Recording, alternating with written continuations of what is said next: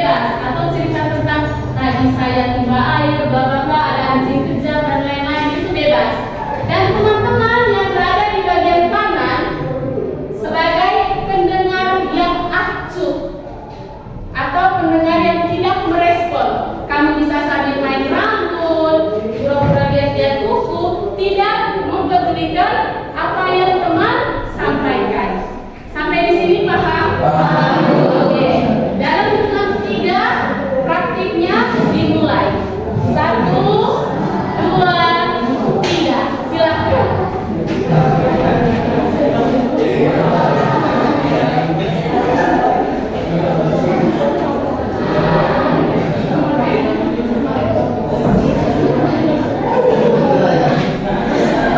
Silakan bercerita secara bebas ya, adik-adiknya.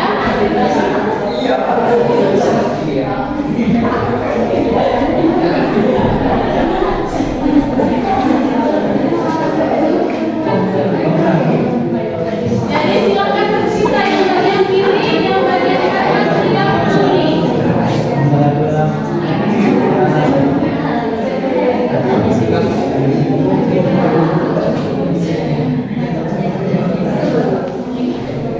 Oke, sekarang gantian. Teman yang berada di bagian kanan adalah pembicara, tetapi tugasnya sudah beda ya. Teman-teman yang bagian kiri adalah pendengar yang baik.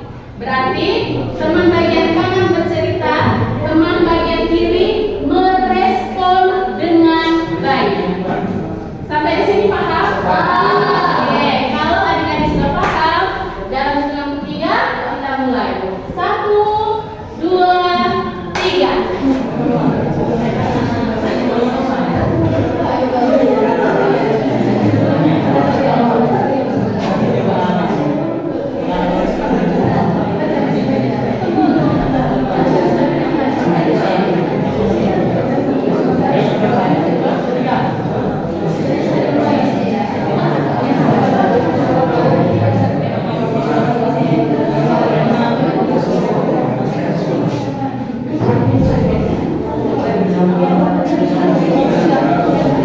Oke, selesai.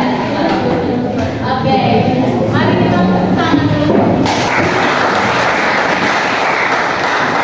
Nah, adik-adik, itu tadi adalah aktivitas kecil yang sudah adik-adik lakukan. Jadi itu adalah aktivitas kecil. Sekarang kita akan masuk di bagian refleksi. Nah, di bagian refleksi ini Ibu akan menanyakan beberapa hal. Yang pertama, pertanyaan untuk aktivitas yang pertama tadi. Jadi teman-teman yang di sebelah kiri yang bercerita, kanan yang mendengar. Pertanyaan untuk teman-teman yang bagian kiri. Apa yang adik-adik tadi rasakan?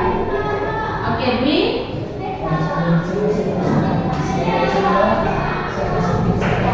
Tidak dihargai dan sedikit sakit. Oke, jadi teman kita Dwi merasa kecewa dan sakit hati karena apa yang dia sampaikan tidak dihargai oleh teman di sampingnya. Oke, kita kasih W untuk Dwi dulu. Kasih W, kasih O, kasih W.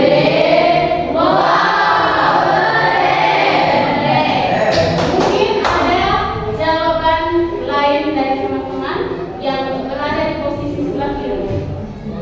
Apa yang kamu rasakan dalam kegiatan aktivitas yang pertama tadi? Ada? Yang ada boleh angkat tangannya. Yang kalian rasakan. Oke, teman bagian kiri. Oke, saya merasa tidak dihargai.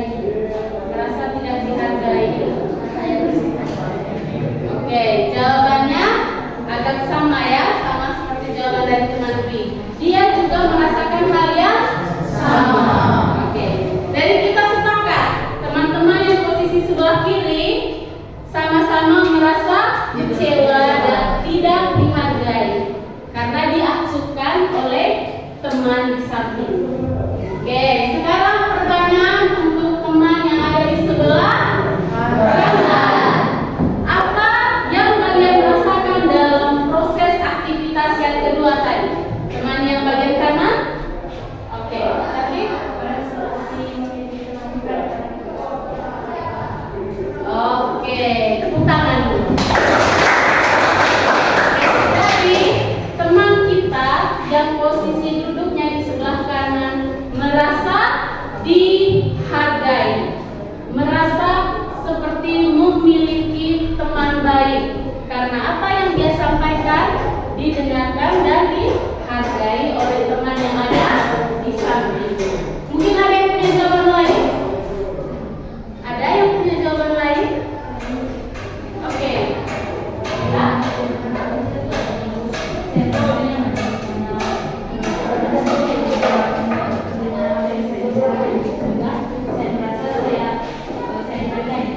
Oke, tepuk tangan dulu untuk dia. Sama ya, jawabannya sama. Bahwa dia merasa betul-betul apa yang dia sampaikan itu sampai kepada temannya. Karena temannya menjadi pendengar yang baik, memberikan solusi dan menghargai apa yang disampaikan.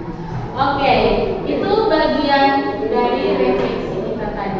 Nah, kemudian adik-adik, dari aktivitas pertama dan kedua, setelah adik-adik refleksikan, berarti ada berapa jenis emosi yang keluar tadi?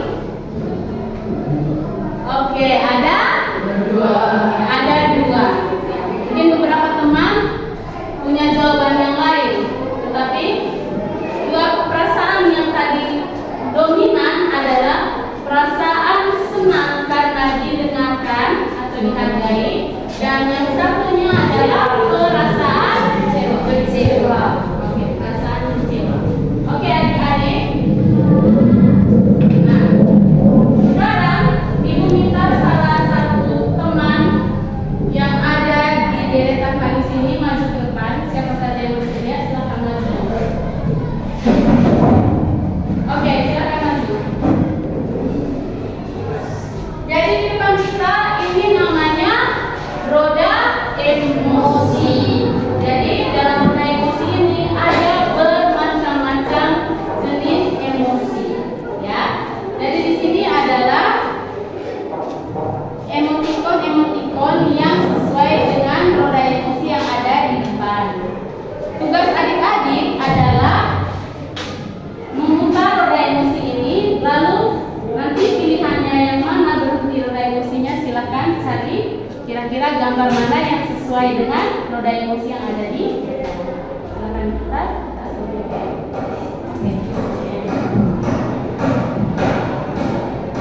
Oke, emosi terkejut. Kira-kira yang mana yang ada di bawah situ menggambarkan emosi terkejut? Terkejut ini bahasa lainnya apa? Kaget. Ekspresi kaget. Kaget. Silakan dipilih. Ini pegang dulu. Oke. Teman yang lain di deretan sebelah sini. Yang lain yang belum menjawab pertanyaan. Yang perempuan. Ayo, cantik. Silakan maju. Oke.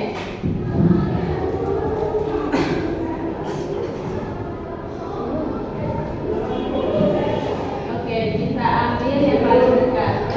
Bosan. Silakan pilih kira-kira gambar di situ mana yang sesuai dengan ekspresi yang ada di sini. Ekspresi bosan. Bosan. Oke. Ininya bahasa Inggris ya. Oke.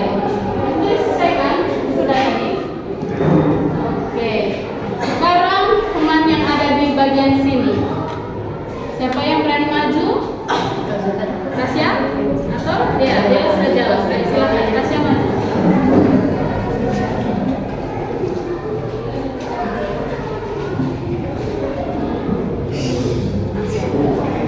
Silakan Tasya, buka emosinya.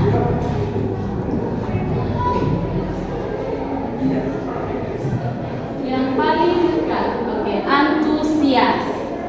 Oke, di mana di situ?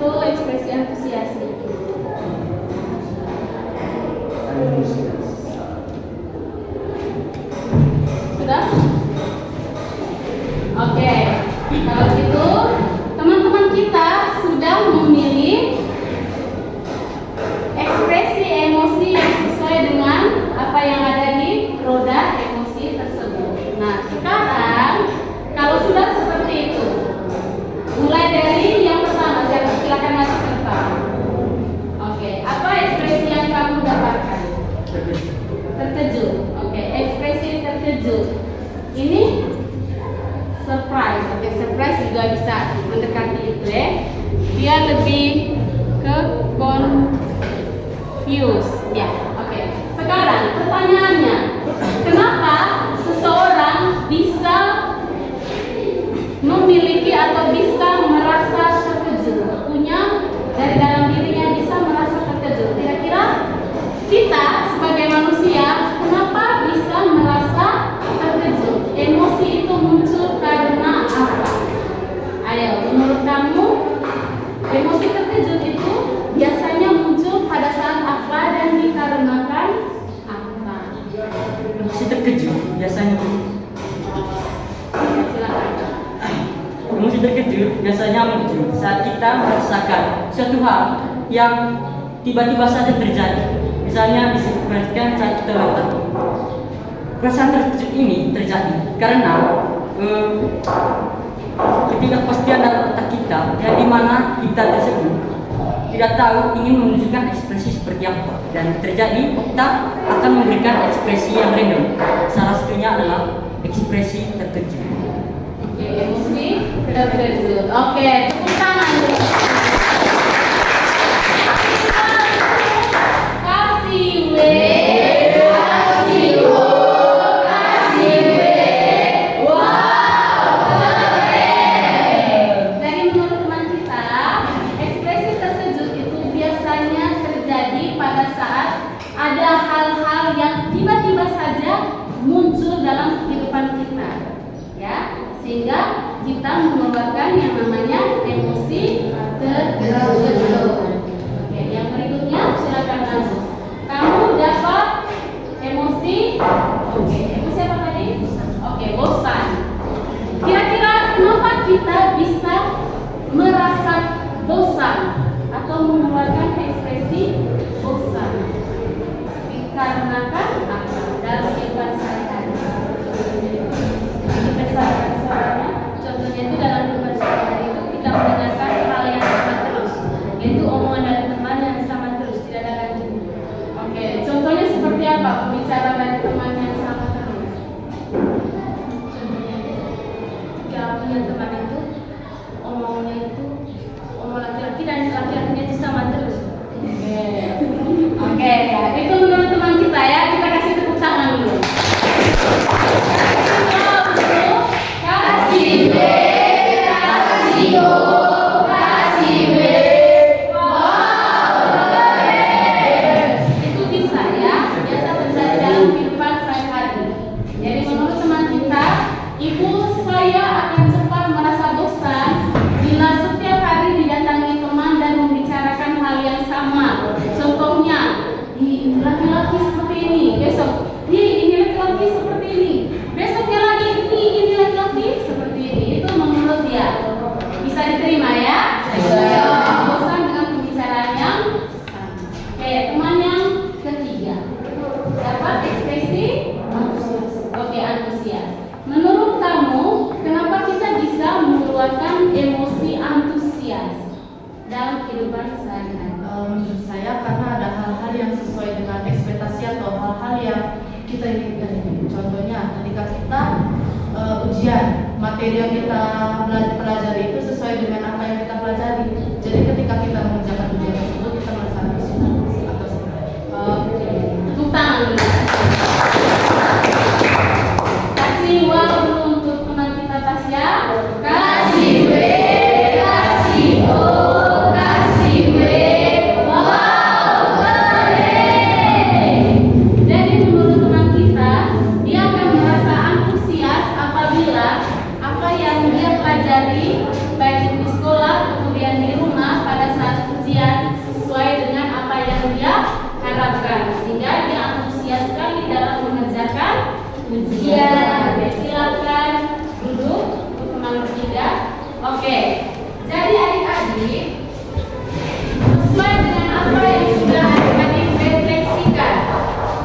Sesuai dengan apa yang sudah adik-adik refleksikan, silakan adik-adik tuliskan di kertas adik-adik. Ya, silakan tuliskan di kertas adik-adik perasaan apa yang dominan yang saat ini adik-adik rasakan.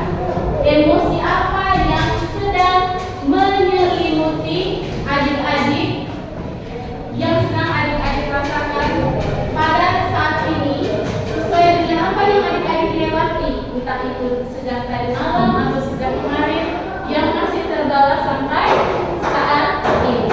Silakan adik-adik tuliskan emosi apa yang sedang menyelimuti adik. Bisa dipahami ya? Oke, silakan.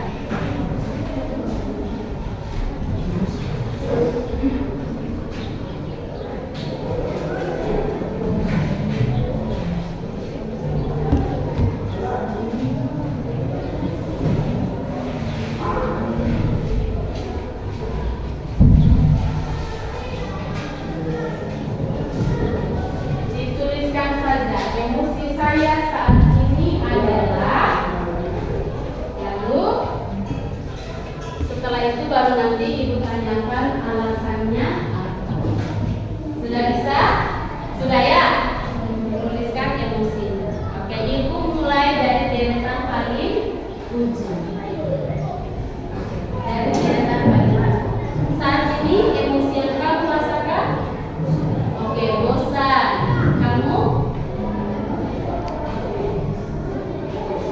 Tidak ada emosi apapun. Datar. Ayo coba direfleksikan lagi. Saya marah. Kamu? Marah juga. Oh my god. Oke, cantik. Oke, bosan. Mana? Ekspresi? Bosan. Oke. Senang. Oke, ekspresi senang. Senang, senang. Saya emosi sedih. Senang. Oke, sedih. Kecewa dan senang. Oke, jadi deretan ini berdua senang. Senang dan bosan. Senang. Oke. Ya. Baiklah, adik-adik. Jadi ada beragam emosi yang tadi sudah adik-adik sampaikan. Ada yang mengatakan bahwa saya merasa bosan, ada yang senang, ada yang marah, ada yang kecewa. Jadi ada bermacam-macam emosi. Baiklah adik-adik, dari beragam emosi yang adik-adik sampaikan, tentunya kita mengetahui kenapa saya bisa mengeluarkan ekspresi emosi seperti itu. Yang paling penting adalah bagaimana kita bisa mengelola emosi yang kita keluarkan itu. Ya, bagaimana kita mengelola emosi-emosi tersebut. Baiklah adik-adik, sekarang kita masuk kepada konsep. Kita masuk kepada konsep. Oke. Dari yang adik-adik sudah sampaikan, jadi adik-adik sudah mengenali berbagai jenis emosi yang tadi adik-adik alami. Kemudian adik-adik memahami apa penyebab emosi yang muncul dalam diri adik-adik. Ya, kemudian adik-adik menyadari pentingnya mengelola emosi, lalu mampu menerapkan cara positif. Jadi adik-adik mampu menerapkan cara positif untuk mengendalikan emosi. Kemudian yang terakhir, mari kita baca bersama-sama.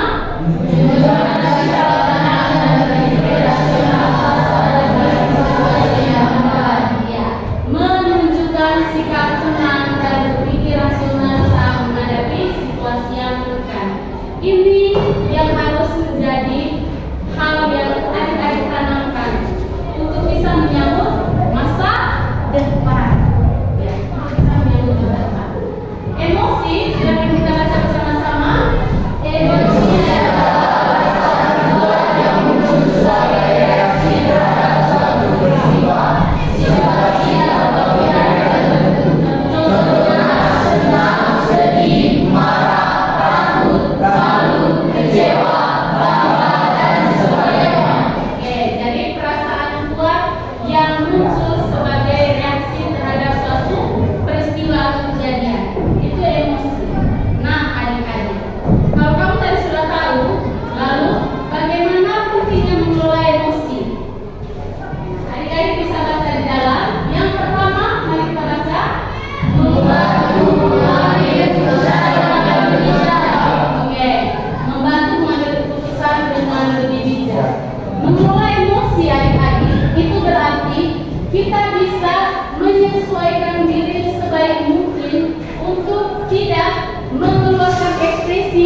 lebih luar biasa dari perasaan emosi yang kita miliki.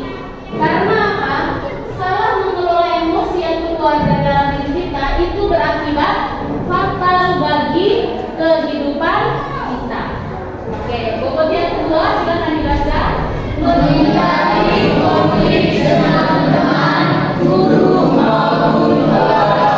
Oke, nah mengelola emosi itu bisa membantu kita untuk menghindari konflik. Salah satu contoh tadi teman kita yang bilang, saya bosan kalau teman datang cerita hal yang sama, besok dia datang bahas lagi hal yang sama. Nah, kalau misalnya dia tidak bisa mengelola emosinya, maka bisa menjadi konflik antara dia dan teman tersebut. Karena apa? Kalau dia menunjukkan ekspresi bosan, apalagi mengeluarkan pernyataan, maka bisa saja teman tadi tidak akan lagi datang untuk berbicara dengan dia, merasa tidak dihargai dan tidak diterima. Jadi sampai di sini adik-adik paham ya. Oke, bobot berikutnya menjaga kesehatan fisik, menjaga kesehatan mental dan fisik. Ini yang paling penting. Jika adik-adik bisa mengelola emosi adik-adik, emosi apapun itu, maka kamu sudah bisa menyambut masa depan kalian dengan baik. Karena apa? Semakin tinggi tingkatan usia, maka akan semakin banyak persoalan yang masuk dalam kehidupan kita. Ada banyak sekali masalah. Lalu kalau saat ini kita sudah bisa belajar memanage perasaan kita, mengelola emosi kita dengan baik, mengenal pemicu emosi saya ini apa.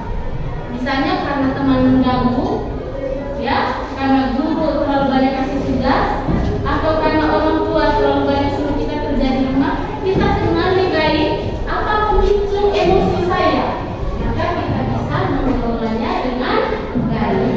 Kenapa itu penting? Mengenal pemicu masalah kita atau pemicu konflik emosi kita, supaya kita tahu bagaimana mengelolanya. Karena apa adik-adik? Kesehatan mental dan fisik itu nomor satu. Oke, bobot berikutnya. Oke, membentuk pribadi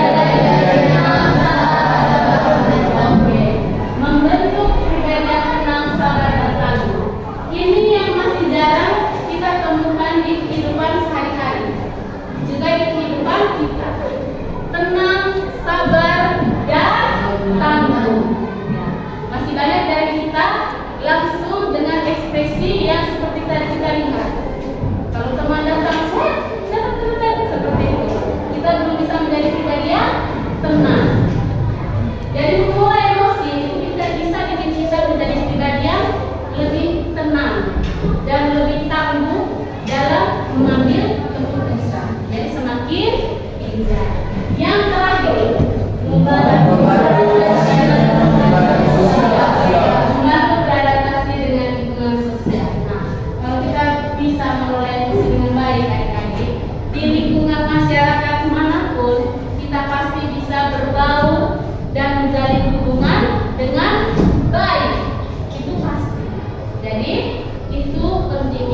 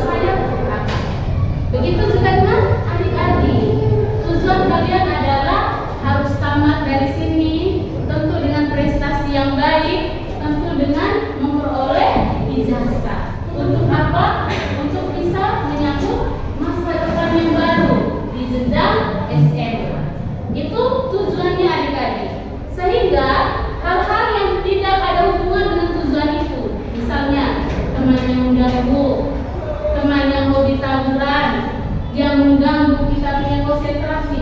Kelola itu dengan baik dan kita harus bisa kesampingkan hal-hal itu. Karena apa? Itu tidak membantu untuk menuju tujuannya kita. Oke. Berikutnya. Oke, langkah-langkah memulai emosi tadi sudah kita bahas ya. Jadi kita yang pertama mengenali perasaan diri sendiri.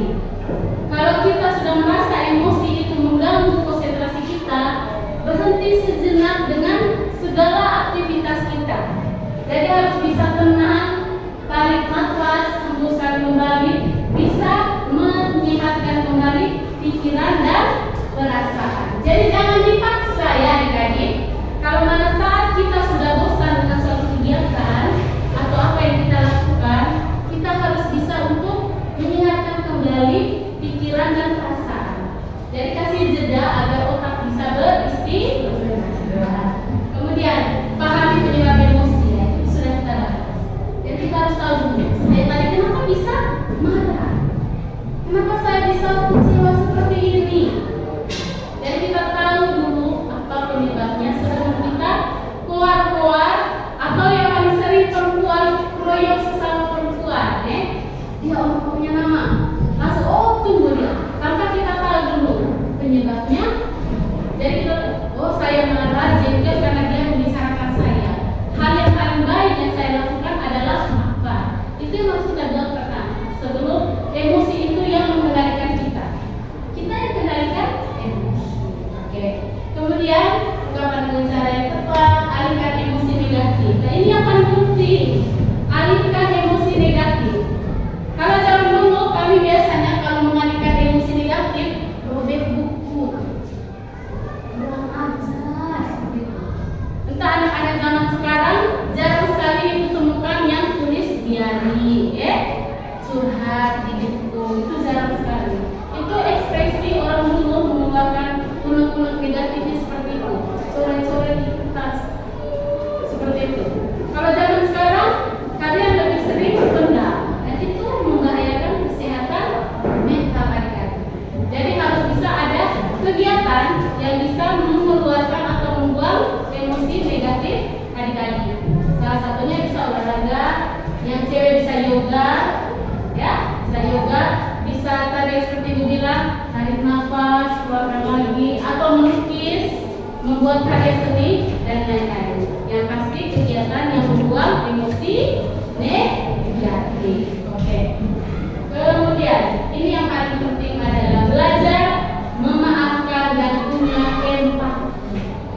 Ya, jadi sebelum kita memarahi orang, kita harus bisa belajar untuk memaafkan dan memiliki empati terhadap orang lain. Oke. Nah, sudah. Kemudian adik-adik, kita sudah masuk di bagian penuh.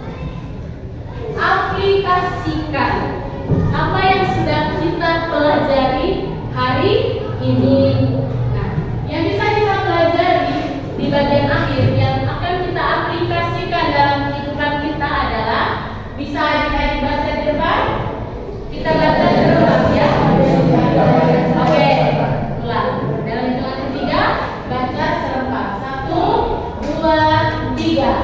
Kita tidak bisa memilih apa yang kita rasakan, tetapi kita bisa memilih bagaimana kita bereaksikan perasaan itu. Oke, jadi kalimat di depan pasti bisa adik-adik pahami ya. Kita tidak bisa memilih apa yang kita rasakan. Kita tidak bisa pilih. Orang ganggu kita tidak bisa pilih. Orang ganggu saat ini saat itu. Tidak bisa kita memilih. Tentu ada emosi yang akan keluar. Jadi kita pasti akan marah. Ya. Tetapi kita bisa memilih bagaimana kita bereaksi terhadap perasaan itu. Ini yang paling penting adik-adik, yang bisa kita aplikasikan dalam kehidupan kita sehari-hari. Kita bisa memilih bagaimana kita bereaksi. Jadi manakala orang mengganggu kita, kita bisa memilih bagaimana saya mereaksi apa yang teman saya lakukan. Jadi